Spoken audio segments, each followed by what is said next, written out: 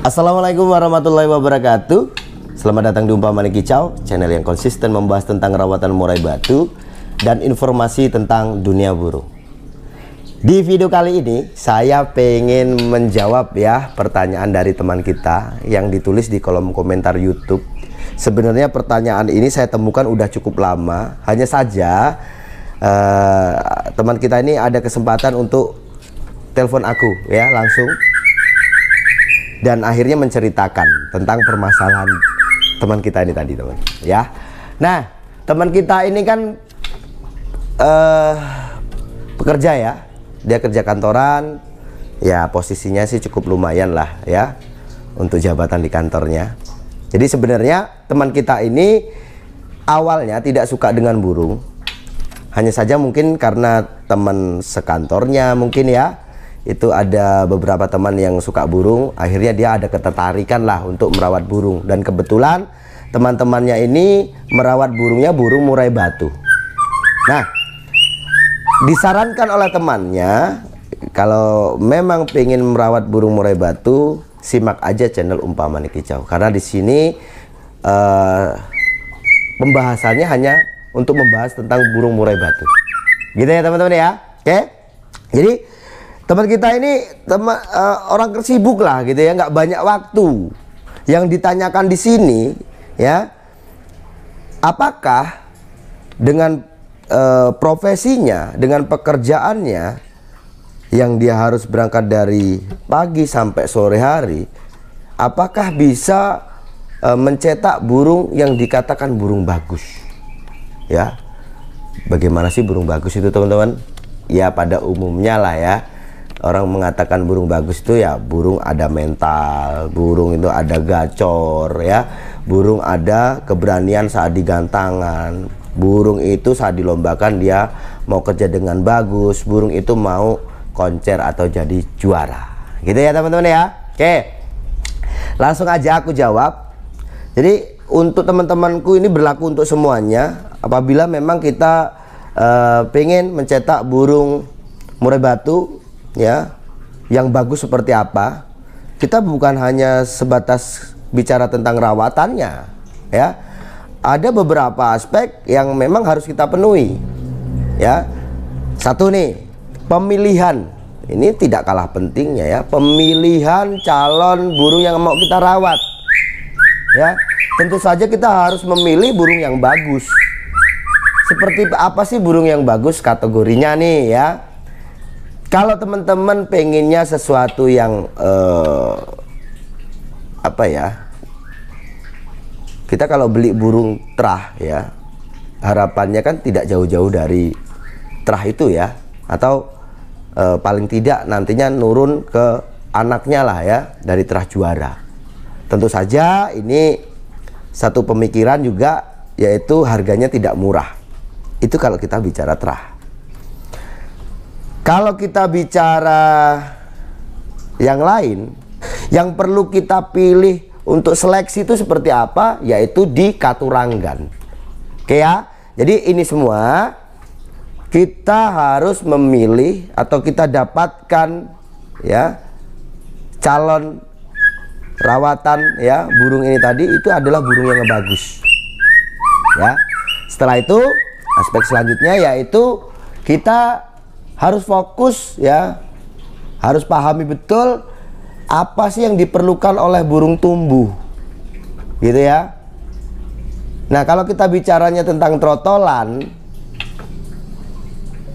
yang jelas kan burung trotolan itu kan burung yang masa pertumbuhan ya. Yang harus kita penuhi apa? Yaitu nutrisi yang lengkap dan berimbang untuk pertumbuhan burung itu ya. Setelah itu pemasteran ya. Pemasteran ini setelah kita punya burung bagus ya, taruhlah kita beli burung terah jawara nih ya, burung bagus, mentalnya ada, kita udah berikan pertumbuhan yang bagus, penuhi nutrisinya.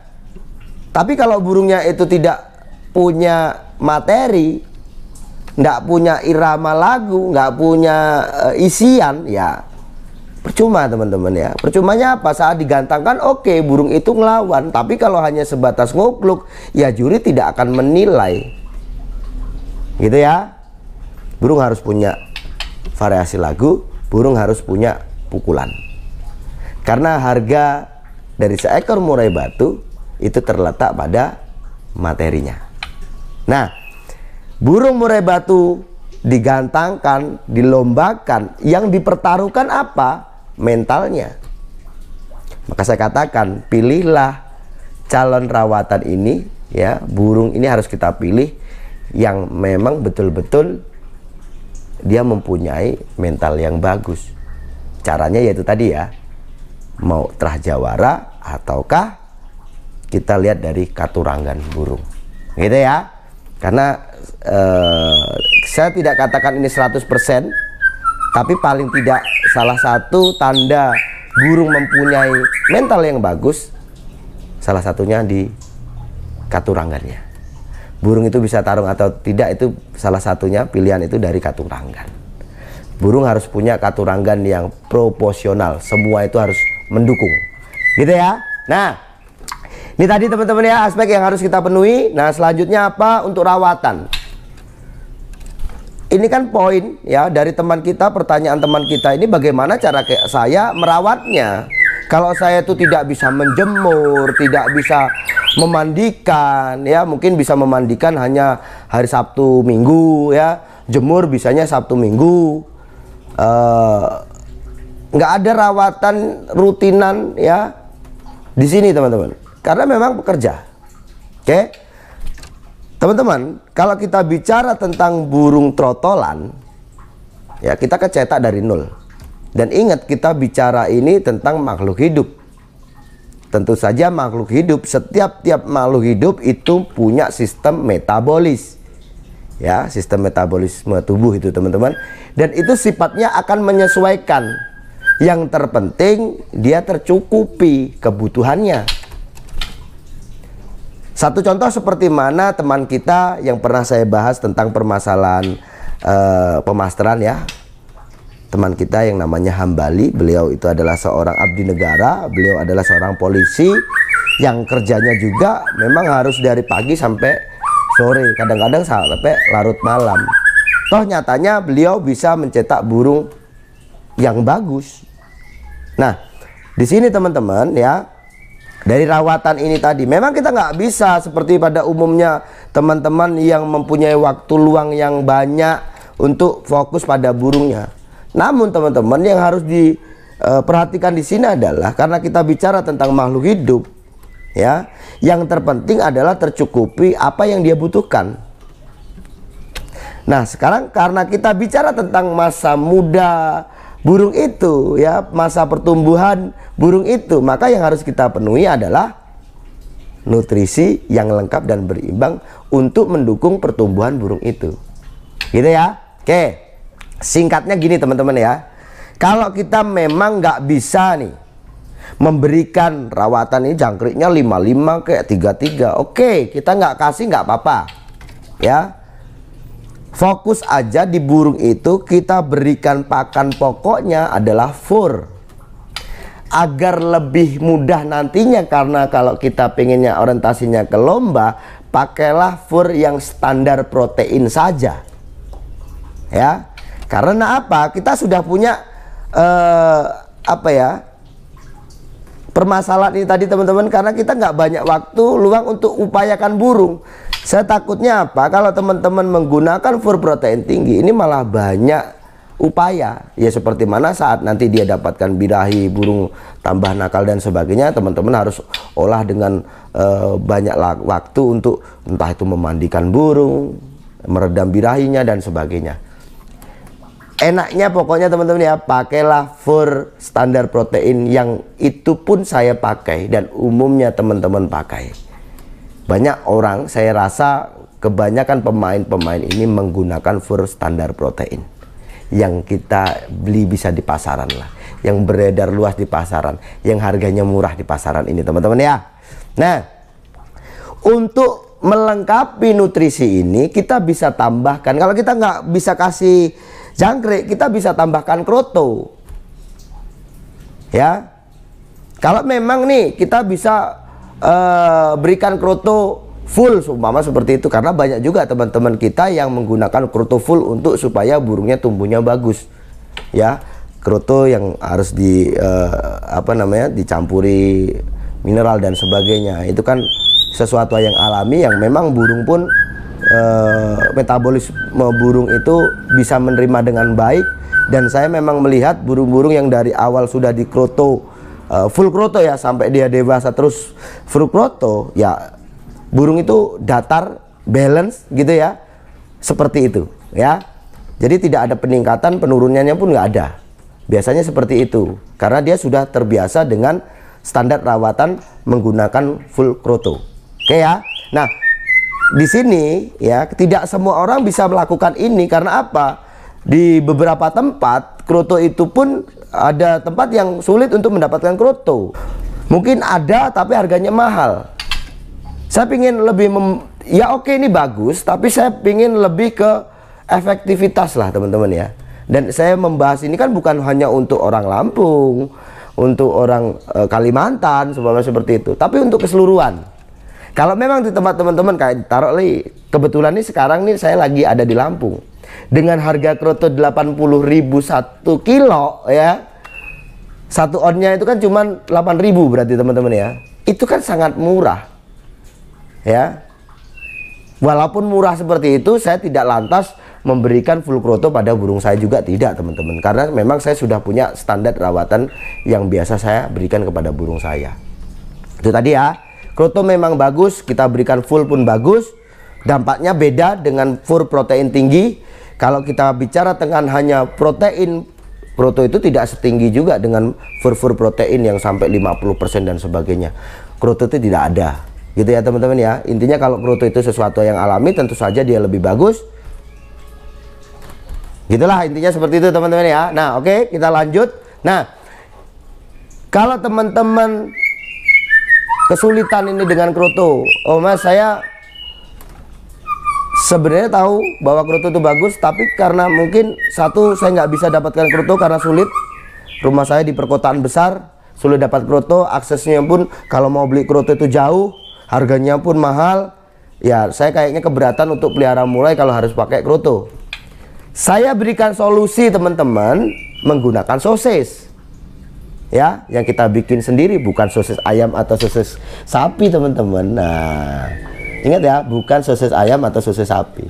Itu kan semua istilah karena itu kan dibungkus dalam plastik es ya. Jadi bentuknya lonjong-lonjong, bisa dikatakan itu sosis, bisa dikatakan juga lontong lah ya.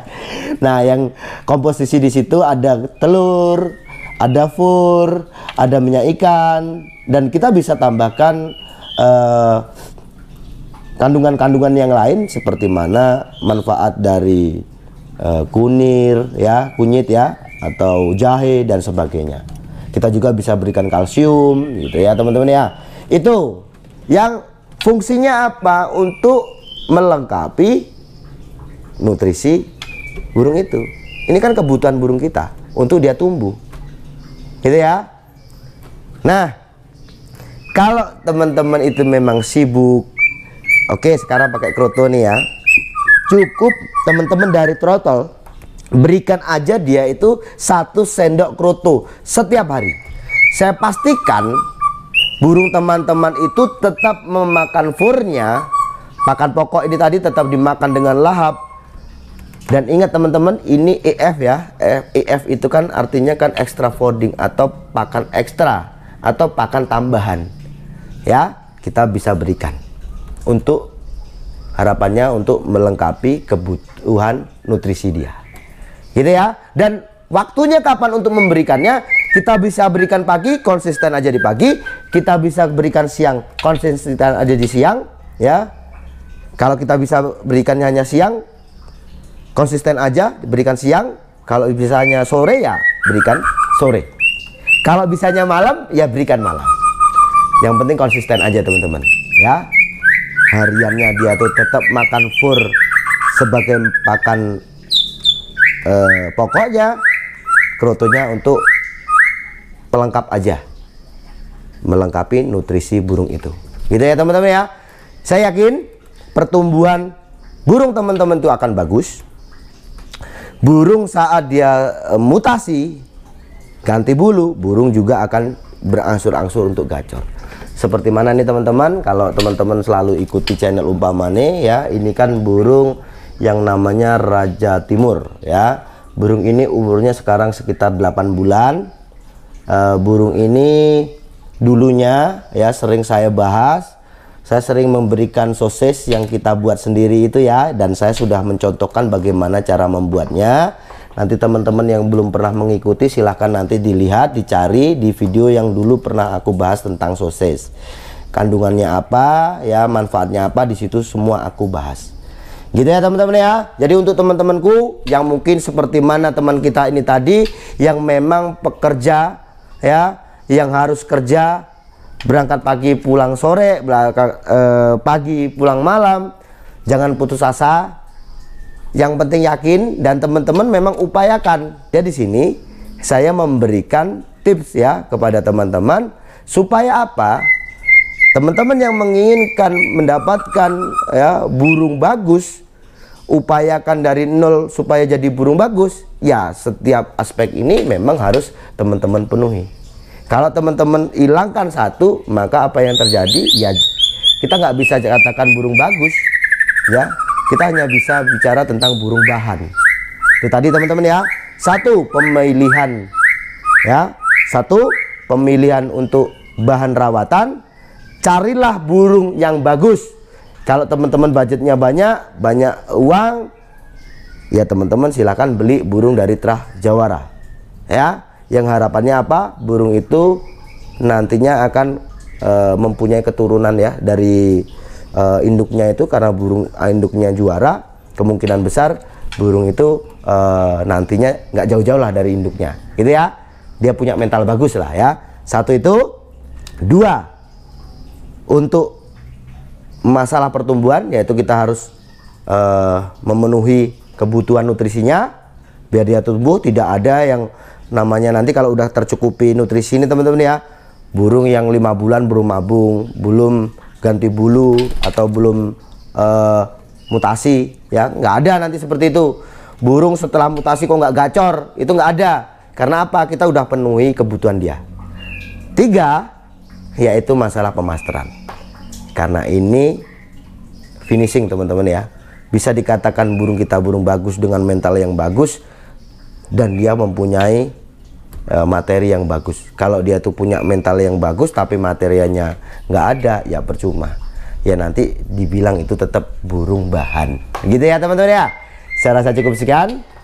Kalau ada pertanyaan nanti silahkan telepon saya. Pokoknya semangat terus. Sukses selalu.